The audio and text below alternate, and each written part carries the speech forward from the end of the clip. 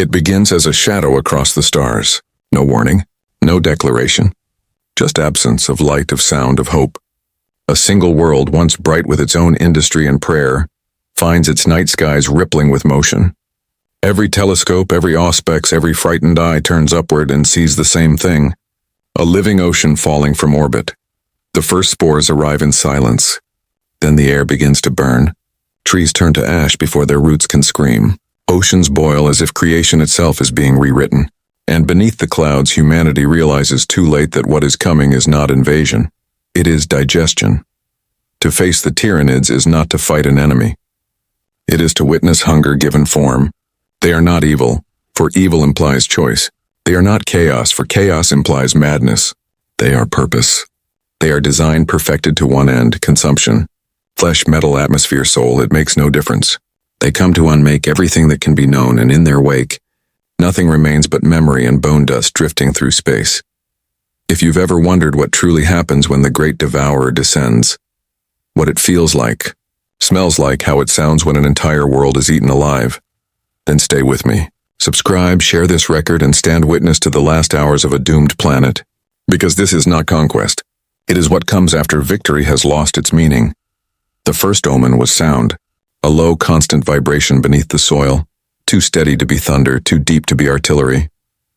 The garrison on Meneth 9 called it tectonic drift, then divine warning, then nothing at all when the Vox began to fail. By the third night, even the animals had stopped moving. Every engine sputtered with static. Every candle burned sideways. And in the dawn that followed, the sky turned the color of old blood. Trooper Halen Voss watched from the trench line as the clouds began to peel apart in ribbons.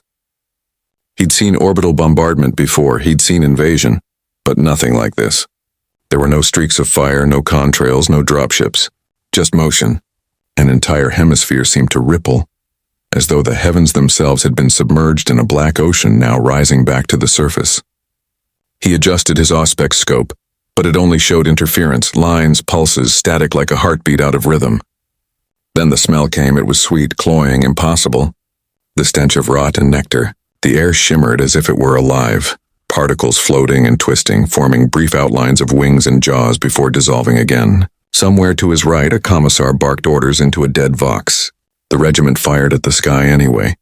Lescannons, autocannons, even stubbers, their rounds vanishing into that living dusk. The sound was deafening, but it achieved nothing. The sky absorbed everything. Within hours, the first spores fell. They did not land like meteors or bombs, but like rain, soft, endless, unrelenting. Each droplet sizzled when it touched the ground, seeding flesh where it fell. Voss watched grass twist into wire-thin tendrils that lashed at his boots, watched mud rise and harden into shells that pulsed faintly beneath his feet. They opened their mouths to pray, but the words curdled in their throats. The chaplain said it was the Emperor testing their faith. The medic said it was a biological contagion. The Vox operator said nothing. His head had split open from the pressure inside. By evening, visibility had dropped to meters. The world had become smoke and whispering. From beyond the curtain, new sounds emerged, wet, rhythmic, purposeful. At first, they mistook it for rain. Then one of the sentries screamed. When they reached him, there was nothing left but his laser gun, still smoldering, and a trail of slime leading into the fog. The smell of iron returned, heavier now, metallic and hot. Something had begun feeding. Voss climbed the trench wall, his boots slipping on the shifting soil. Above him, the clouds pulsed with internal light. Shapes moved within. Great, slow silhouettes like whales swimming through storm water, their tendrils reaching down into the atmosphere. They were not ships in the Imperial sense. They were alive, each one breathing, each one aware. When they exhaled, the wind changed direction, carrying with it the scream of a world realizing what had come to claim it. Across the horizon, the manufactorum chimneys lit up with secondary fires. The planetary defense batteries came online, their barrels spitting plasma into the sky. For a moment it seemed as if the Emperor's wrath might hold. The clouds parted under bombardment, revealing the source of the shadow, an organism the size of a city, descending in slow, majestic ruin. Its surface was a cathedral of bone and sinew, its carapace gleaming with bioluminescent veins. Every shot that struck it burned for seconds before being absorbed, digested, healed. Orders came through what remained of the Vox network. Stand, hold, Fire at will. There was no mention of retreat. On Meneth 9, faith was rationed like ammunition. They would spend it until the end. When night returned, it came all at once. The suns vanished behind the descending mass. The bombardment faded into silence, then into the soft hiss of falling spores. The trenches became graves long before the first Tyranid touched ground. Voss looked up and saw the truth for the first time. The thing blotting out the stars wasn't attacking. It was arriving. The sky wasn't dying, it was being eaten. He whispered the words he'd been taught as a child. The Emperor protects. For the first time in his life, he realized he was praying to something that could also die. By the time the first wave reached the ground, there was no longer a front. There were only pockets of men clinging to habit, firing into fog that smelled like copper and sugar. The spores thickened until the light itself seemed to clot. The trench walls sweated. Every surface pulsed soft under the boots. They burned the growths with promethium and the air filled with the stink of roasted meat. But within minutes, the ash sprouted again. The guard had been told to expect invasion. They hadn't been told that the invasion would come from the air, the soil, the very breath in their lungs. Voss's platoon fell back toward the Manufactorum Ridge where the battalion command had promised reinforcement. The Vox hissed nothing but wet static, a whispering that came and went like breath against glass. He tried to remember the old cadence chants, anything to keep his mind busy, but every word seemed to come back to him wrong, as if the air itself were mispronouncing the language of men. The first clear shape emerged out of the fog at dusk. It was small, no taller than a horse, moving on too many limbs that folded like knives. The sentry saw it, screamed, and fired. The creature moved faster than thought, and when it stopped, there was no sentry left to scream. The rest of the squad opened up, red las beams crossing in the haze. The thing leapt among them, a blur of claws and pale armor. Every shot that hit it boiled a hole. Every hole sealed itself in seconds. The kill confirmed nothing. They left the bodies behind. The commissar's voice over the loud hailer was calm, measured, confident. The voice of a man reading liturgy over his own grave. Hold the ridge. The Emperor sees you. Fear is blasphemy. Voss could still hear him hours later, even after the loud hailer went quiet. It took him a while to understand that the voice wasn't on the Vox anymore. It was echoing inside his skull, the same phrases looping, the same hollow calm. The air tasted of ozone and salt. Psychic residue, he thought, remembering training lectures he'd never believed. The Tyranids weren't merely consuming the body. They were feeding on thought, knitting the fear of a planet into instinct. The bombardment resumed briefly, orbital fire from the defense fleet, long enough to illuminate the valley. For an instant the world was bright as noon. What they saw in that light broke what little order remained. The plain below the Manufactorum had turned to liquid. The stone dissolved into a churning mire of red and black. Thousands of creatures were rising from it. Gaunts, gargoyles, larger shadows whose outlines shifted even as you watched. They came in waves, coordinated, precise, moving not like animals but like cells in a single organism. And above them, cutting through smoke and thunder, floated the hive ship, vast enough to cast its own horizon, the underside bristling with feeder tendrils already extending toward the planet's core. Voss felt the ground tremble as the first impact landed near the ridge. The trenches split open. Men fell screaming into the fissures, their bodies swallowed by the seething biomass below. The commissar drew his bolt pistol and recited the Imperial Creed, firing with every verse. When the last round clicked empty, he placed the barrel under his chin and finished the prayer. The ridge held for another hour. By the time Voss's last pack ran dry, the enemy was already climbing over the sandbags, their forms half skeletal, half liquid, mouths opening and closing with mechanical rhythm. He swung the rifle like a club, striking until it snapped.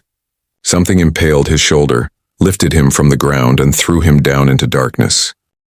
He expected pain. Instead, there was warmth. The darkness moved, breathing around him, soft and wet. He realized he wasn't lying on Earth, but on something that was breathing with him. The last thing he saw before losing consciousness was the ridge collapsing in on itself. Men and soil and steel folding into the living ground like food being chewed.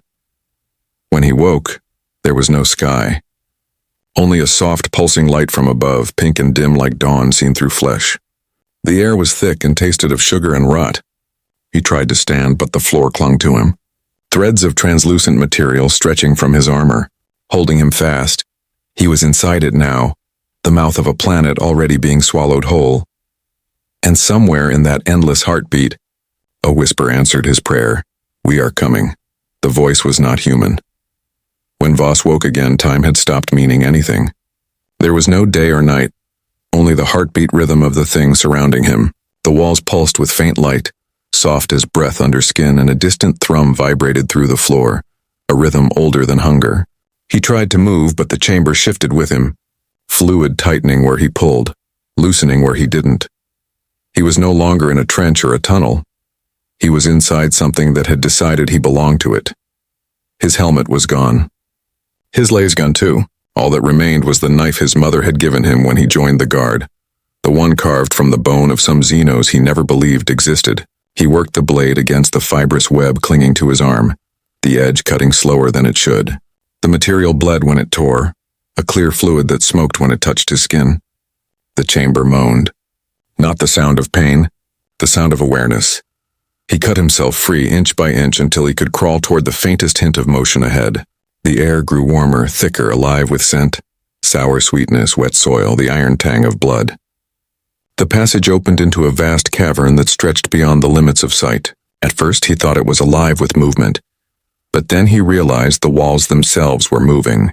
Veins as thick as rivers pulsed, carrying bioluminescent fluid that shone like molten gold. Sacks the size of hab blocks expanded and contracted, each one filled with something half-formed and twitching. The sound was constant, mechanical, rhythmic. He saw guardsmen, or what had been guardsmen, half submerged in the fleshy ground, their bodies encased in translucent cocoons. Faces turned beneath the film, their mouths opening and closing as if whispering. When he leaned closer, he realized they were whispering, in unison. Not to him, not to each other, but to something deeper, further away. A shadow passed over him. He froze. The air changed temperature, colder now, sharp enough to sting the lungs. A shape descended from the darkness above, silent and immense, each step reverberating like thunder through bone. The creature that came into view was unlike the gaunts that had killed his platoon. This one moved with intelligence, with ownership. Its carapace gleamed with moisture, its elongated skull marked with ridges like runes of bone. Its eyes were not eyes at all, but empty sockets filled with faint light. He knew the name from training briefings whispered in barracks. Warrior. It moved past him without hesitation, lowering its head toward one of the pulsing sacks. Its claws slit the membrane open and a flood of amniotic fluid poured out, carrying a smaller creature onto the ground. A new form, newborn and perfect. The warrior watched it crawl upright and let out a sound that was almost reverence. The newborn raised its head and screamed, a high, shrill tone that made the air shake. The echo didn't fade. It multiplied. From every direction, the ground responded, a chorus of shrieks, roars, clicks, chittering. The entire planet joining in a sound that felt less like noise and more like a heartbeat turned inside out. Voss fell to his knees, clutching his ears. His teeth vibrated. His thoughts were no longer his own. Images flashed through his mind in colors he didn't know how to name. Worlds burning, oceans drying, flesh stripped from bone, suns devoured. It wasn't a vision. It was memory. The hive was remembering itself through him. He forced himself to crawl backward, hands slipping in the wet pulp. The warrior turned sharply, as if finally aware of him, its head tilted, not in curiosity but in assessment. Something passed between them. Not thought, not language, but understanding. He didn't belong here, not as food. Not yet. The warrior raised one claw, not to strike, but to gesture, a slow movement, deliberate, almost patient. Behind it, the newborns hissed and clambered toward the tunnels, their claws digging into the soft walls.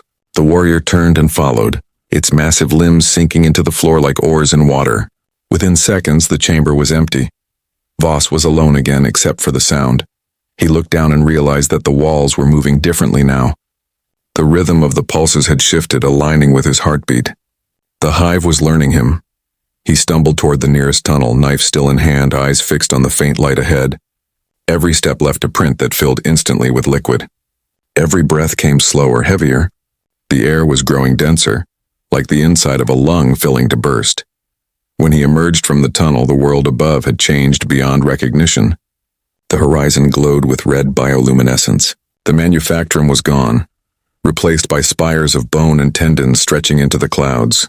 Rivers of liquefied matter flowed between them, carrying the remains of cities toward a single massive pit that breathed with every beat of the planet's new heart. The ground screamed again, and this time he understood what it was saying. It wasn't dying, it was becoming. The pit was wider than any crater, vast enough to swallow the manufacturing districts and the mountains beyond.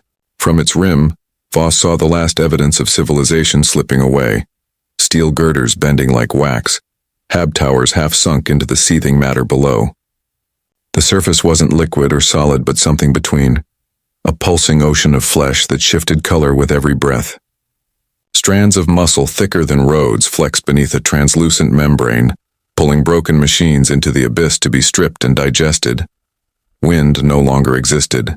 The air was too heavy, laden with spores that moved on their own currents. Where once there had been rain, now there was condensation of vaporized blood. He watched as droplets clung to his skin, quivering before sliding upward back toward the clouds that birthed them. Gravity itself seemed to have surrendered. At the pit's edge, the remnants of the guard had gathered, maybe 50 men and women, a few still in armor, the rest reduced to pale, shaking silhouettes. They didn't see Voss approach. Their eyes were fixed on the horizon, where the last bastion of their world, the orbital defense citadel, was burning like a false sun. Its plasma batteries fired one final volley before it folded in on itself, collapsing under its own molten weight. The ground shuddered, and the sound that followed wasn't an explosion. It was exhalation. The planet itself was breathing deeper. Someone beside him whispered, "It's feeding." Voss turned. The voice belonged to Lieutenant Hadron, though his armor was half melted and his Vox grill hung loose, sparking faintly. His eyes were sunken, his skin glossy with sweat. "You survived," the officer murmured, as if the fact required explanation. "For now," Voss said. Hadron nodded. "They're not hunting anymore. They're harvesting." Below them, the pit convulsed. Massive feeder tendrils erupted from its depths, arching high into the air before plunging back down like serpents feeding on themselves. Between the motions, Voss saw glimpses of creatures moving within, shapes too large to comprehend, glimpses of chitinous limbs thicker than city towers, of eyes the size of hab-blocks staring upward without expression. The sight was too vast, too wrong. He couldn't tell where the sky ended and the hive began. The lieutenant's voice quavered. "The Magos said this was how they build a world mind. The biomass, everything, gets drawn into it, restructured, reissued to the fleet. The planet's dying, but its death feeds the next one." Voss barely heard him. The air was vibrating again, a low tone that crawled through the lungs. The spores in the atmosphere pulsed in time with the sound. Around them, the surviving guardsmen began to hum unconsciously, their throats matching the same pitch. Their eyes turned upward, unfocused. Hadron grasped Voss's arm. "Stop them!" But it was too late. The hive had found a way in. The survivors began to walk forward in perfect rhythm, their movements fluid, their fear erased. They stepped over the edge without hesitation, swallowed by the pit one by one, their armor dissolving as they sank. Voss shouted, but his voice broke against the sound. The last thing he saw before the surface closed over them was serenity, the kind of peace he had never seen in a soldier's face. He ran. There was nowhere to go, but motion itself was a rebellion. The world stretched out in all directions, an endless landscape of flesh and ruin. Once green forests were now forests still. Only their trunks were bone and their leaves were skin. The hive's breath rose and fell around him, its rhythm slower now, satisfied. By the time he reached what had once been the capital's outer wall, the sky had changed again. The clouds parted just enough to reveal the source of the darkness above. Dozens of massive bioships orbited in perfect formation, their underbellies lined with feeder mouths glowing dull red, each one tethered to the surface by rivers of organic matter, drawing the planet upward piece by piece. Voss fell to his knees. The sound reached him again, the same whisper he'd heard beneath the manufactorum. Only now it wasn't distant. It was inside his head, calm and vast. "You are seen." He pressed his hands to his temples, trying to shut it out, but the voice wasn't cruel. It was indifferent. It was a fact of nature, a law older than the stars. We take, we become, you are taken, you will become. He screamed until his throat tore, but the sound vanished into the windless air. Around him the ground pulsed faster, a rhythm matching his heart. He realized it wasn't hunting him, it was synchronizing. It was preparing to feed. Somewhere above, the hive ship's maw opened wider and the sky began to fall again. From orbit, Meneth 9 no longer looked like a world. Its blue and green had been replaced by a bruised red glow, shot through with black veins spreading from pole to pole. The atmosphere boiled, thick with spores reflecting starlight. Even from space one could see movement, the slow flexing of the planet's crust as it was rewritten into something alive. The Imperial fleet had already burned in vain. Now only the hive ships remained, vast silhouettes drifting above their meal. Deep below, where the ground had once been solid, Halen Voss awoke again. He no longer knew how many times he had passed between waking and the other thing. His body no longer obeyed the same rules. The air around him was warm, viscous. It carried oxygen, but each breath filled his chest with an alien heaviness. His skin shimmered faintly in the dim light, marked by translucent patches that pulsed with faint color. He had thought himself dying. Now he understood the truth. The world was dying through him. He stood inside what had once been a mine. The stone walls were gone, replaced by a living lattice of cartilage and tendon. Light glowed from within the tissue itself, pale and rhythmic, beating with the same pulse that echoed through the planet. He could hear it now clearly, a mind breathing through the flesh of a world. The sound was everywhere. It was the world. Every movement he made was echoed somewhere beyond his hearing like a ripple in water. He realized that the hive didn't see through eyes or ears. It felt through him. Every nerve, every cell that had touched its spores was part of a larger awareness. The air itself was its vision. He stumbled forward, the floor soft beneath his boots, and came to a massive shaft descending into the dark. He peered down and saw rivers of light moving far below, streams of liquefied life flowing toward a central core. The sight was beautiful, almost holy. He caught himself thinking that word and recoiled. But the feeling remained, a kind of awe that had nothing to do with faith and everything to do with inevitability. Movement drew his attention. Across the shaft, something enormous was climbing upward. It was like watching a mountain ascend, a creature so large it should not have been able to move, its body segmented, every surface crawling with smaller organisms grafted to its flesh. Its jaws opened, releasing a cloud of steam that smelled of blood and ozone. Its limbs dug into the walls as it climbed, dragging itself toward the surface with deliberate grace. As it rose, Voss heard the hum again, the psychic pressure building until it became unbearable. He fell to his knees, clutching his head as images flooded in, a web of minds stretching across the planet, threads connecting every creature, every spore, every drop of fluid. At the center of it all was the creature climbing the shaft. Its consciousness was vast, radiant, cold, a synapse. It was not a commander in the human sense. It was a node, a living conduit for the hive mind's will. Through it, the swarm acted as one organism, perfectly synchronized. Where it looked, others moved. Where it willed, others killed. And as it climbed, Voss could feel his own thoughts being weighed. He tried to hide them, tried to think of the Emperor, of home. But the more he fought, the more the pressure grew. The hive wasn't reading his thoughts. It was translating him, breaking him down like matter into usable form. Emotion became data. Faith became impulse. Then, just as the pain reached its peak, it stopped. The pressure vanished. A strange calm filled him, and he understood something terrible. The hive had found a place for him. Not as food, not yet. Something more useful. He felt his legs move without command, carrying him toward a wall that opened at his approach. The tunnel beyond was lined with pale growths resembling organs, hearts, lungs, glands, each connected by a network of glistening tubes. The air vibrated with thought, words too complex to be language. He didn't need translation. He knew what they meant: assimilate, repurpose, expand. He moved through chambers where human corpses lay half-digested, their faces still visible beneath layers of transparent resin. In some, the eyes still moved. In others, new limbs had begun to grow from the torsos, arms fused into tools, jaws reshaped into feeding appendages. It was obscene and logical at once. Nothing was wasted. Even the dead were being rewritten into utility. Voss reached the end of the tunnel where a massive chitinous door pulsed with light. Behind it, he felt the heartbeat of the planet louder than ever. The hive mind was near, concentrated, aware of him.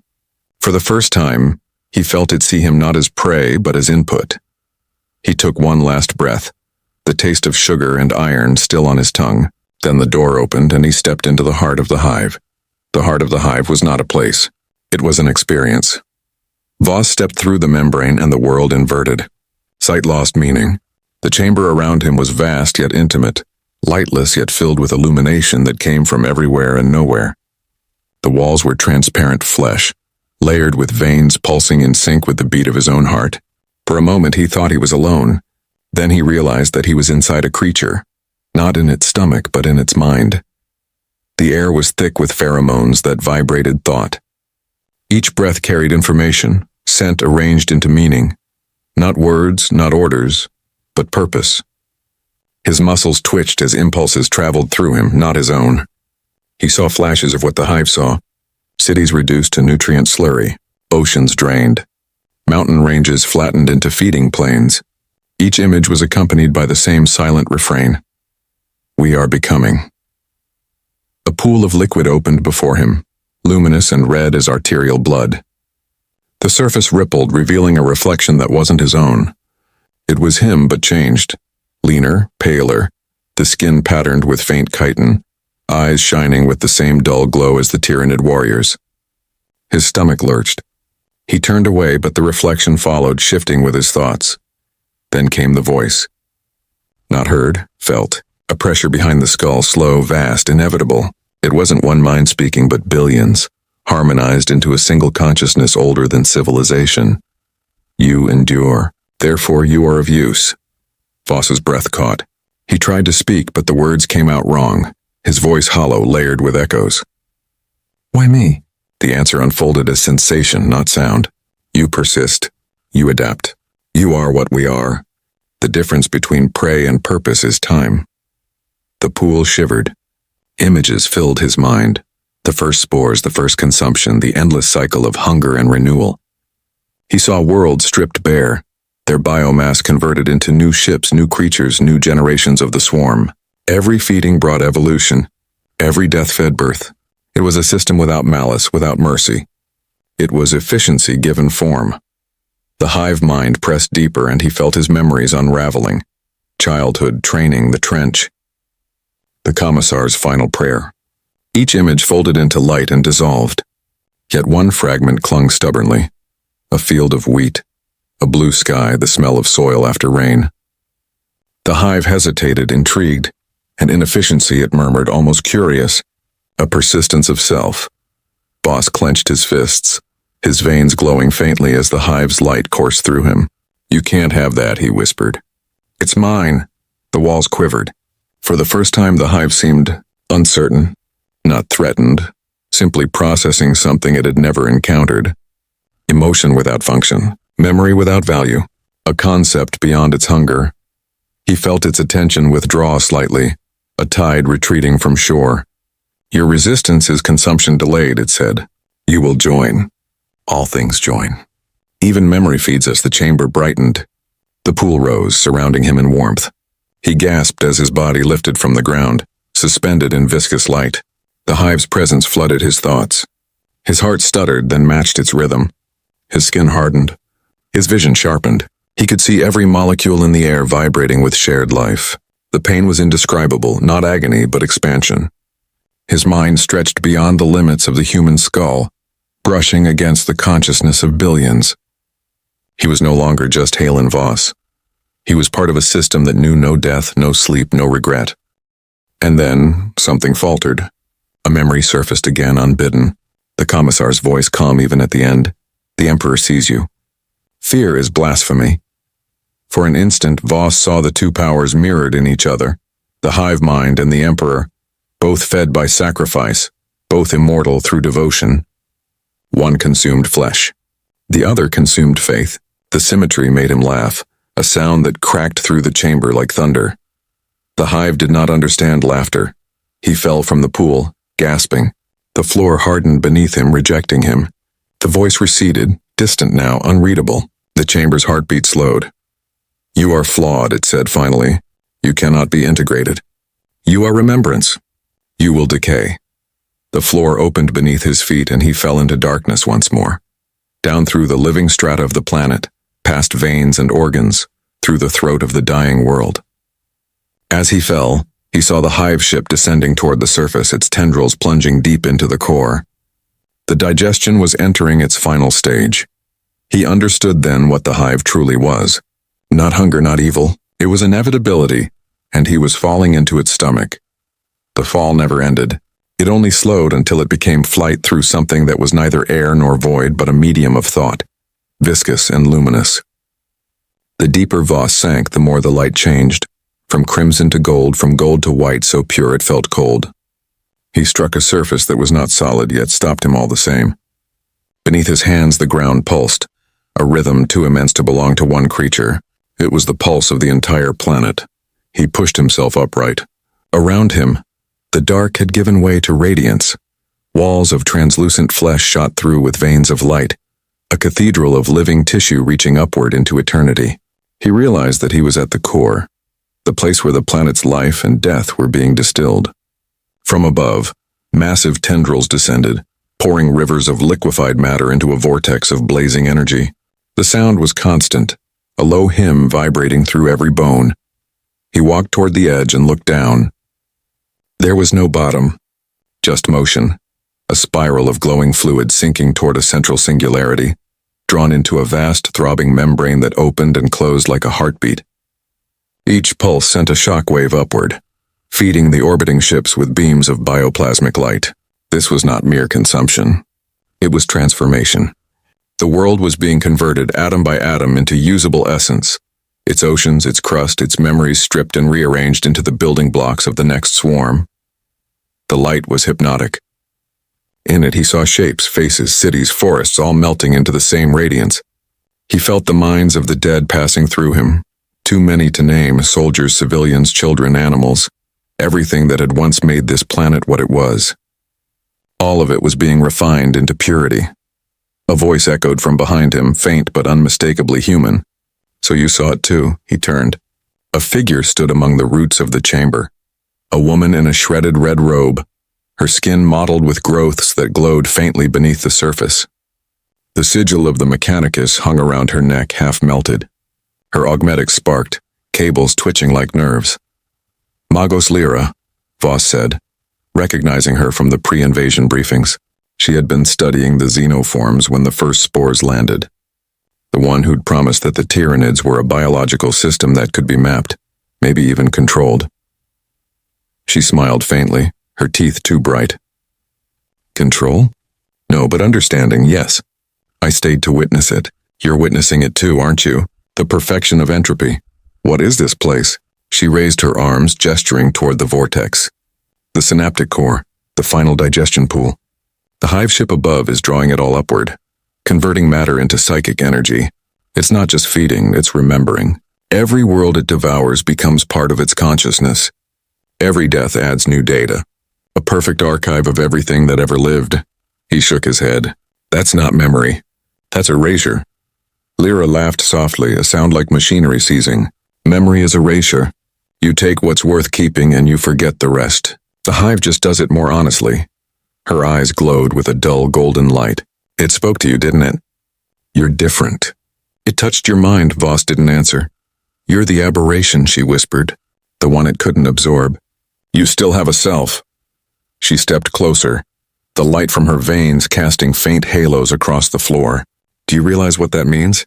You're the only separate thought left on this world. The last independent pattern. That's what it's trying to fix. The ground trembled. Above them, one of the tendrils broke free, splashing molten light across the chamber. The vortex below flared brighter. Lyra stumbled, clutching her head. It's accelerating, she gasped. It's drawing too much energy too fast. The mantle will collapse. Then it dies too, Voss said. She shook her head, laughing again. No, it never dies. It sheds, it leaves. And it remembers what it made. The tremors deepened. The flesh of the walls split open, revealing glimpses of space beyond. The hive ships silhouetted against the dying sun, their feeder tendrils pulsing as they filled.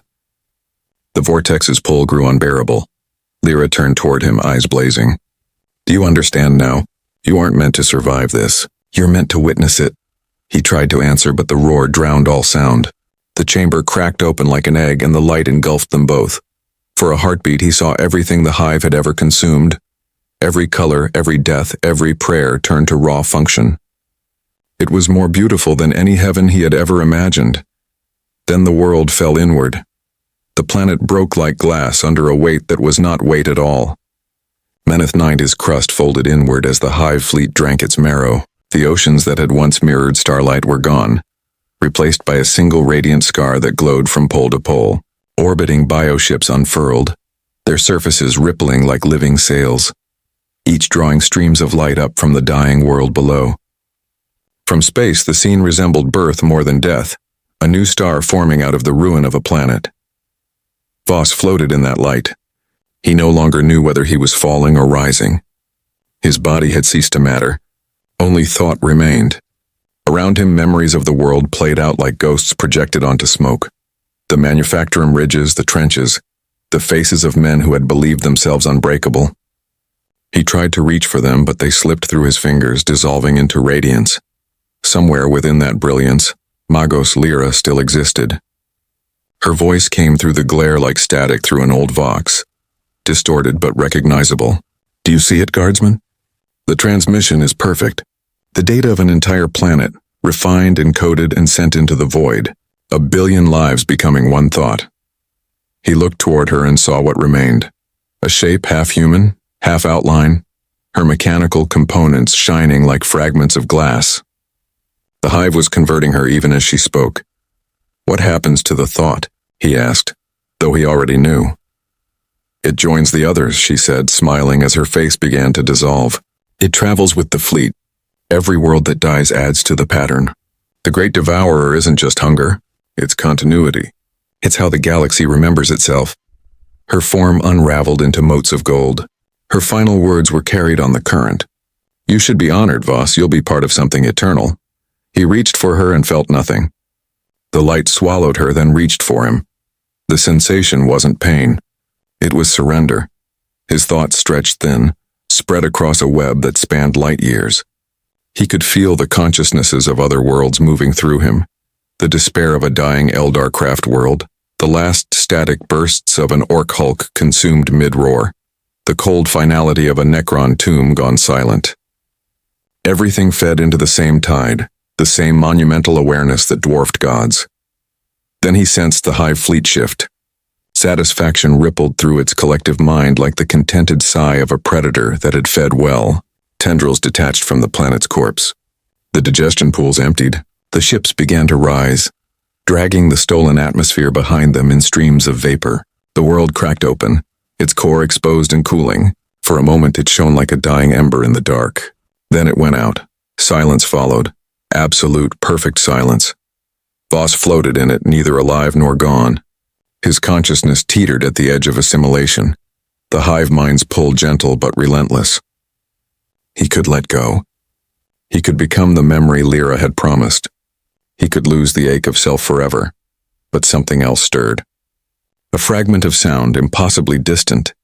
The echo of a voice he thought he'd forgotten.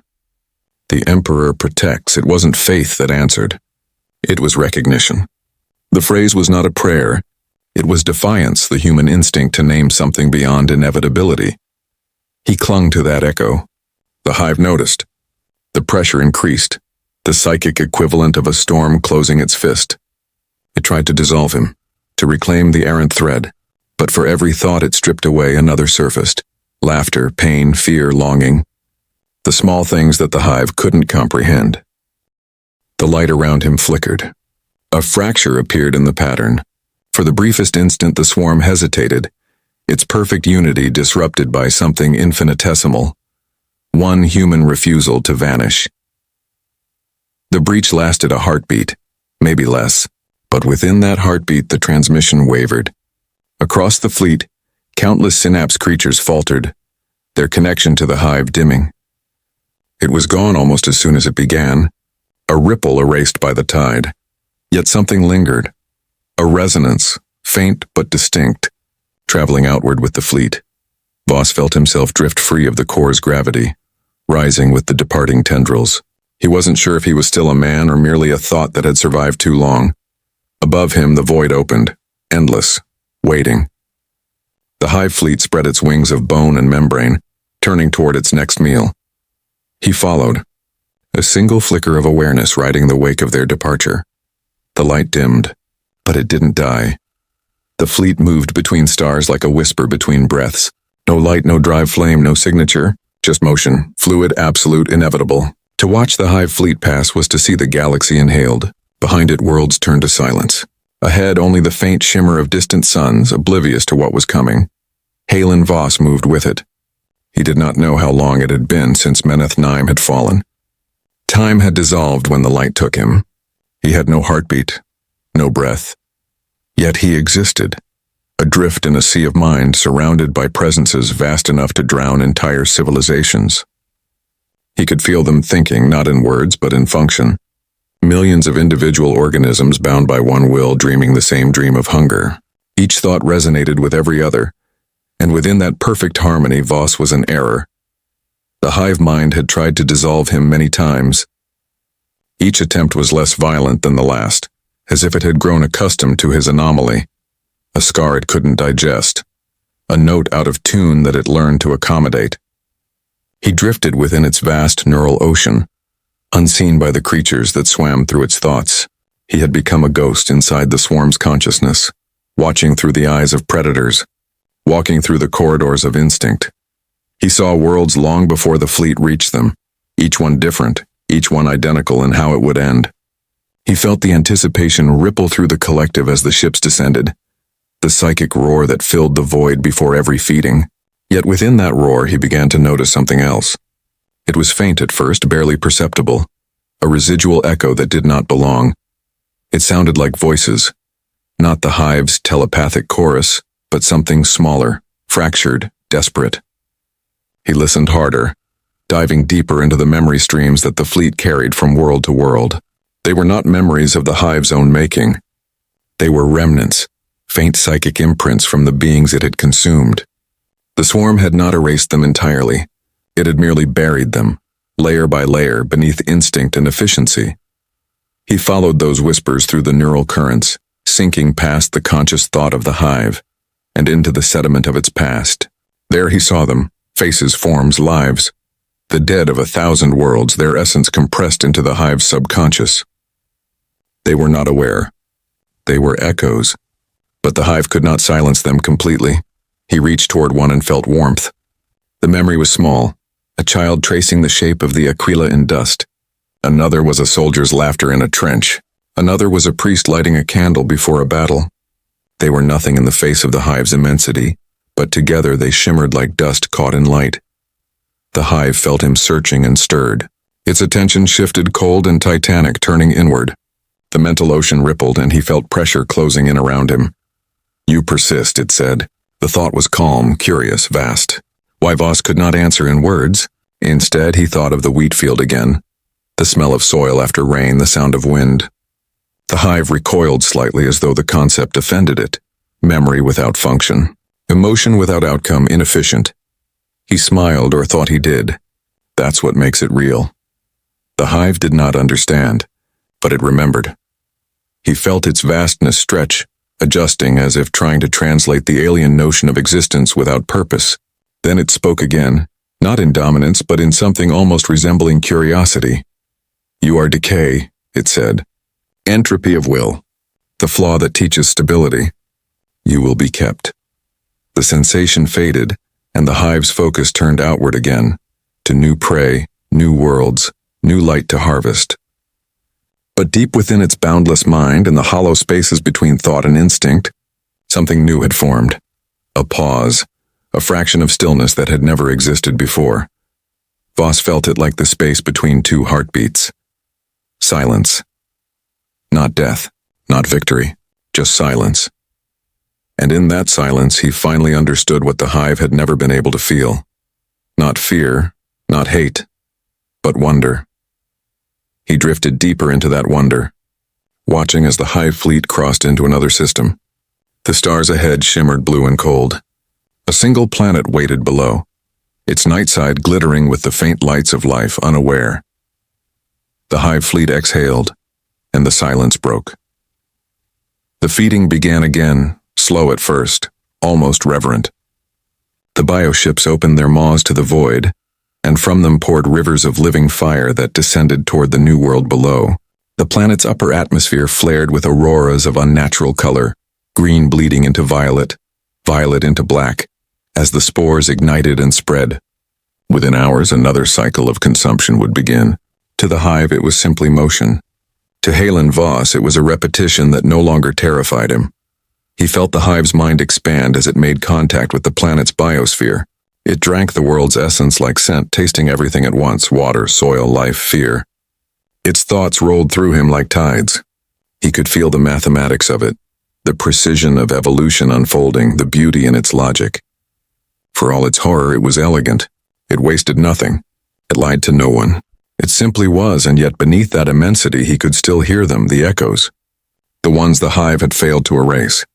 Each new consumption added more, their remnants fusing with the old.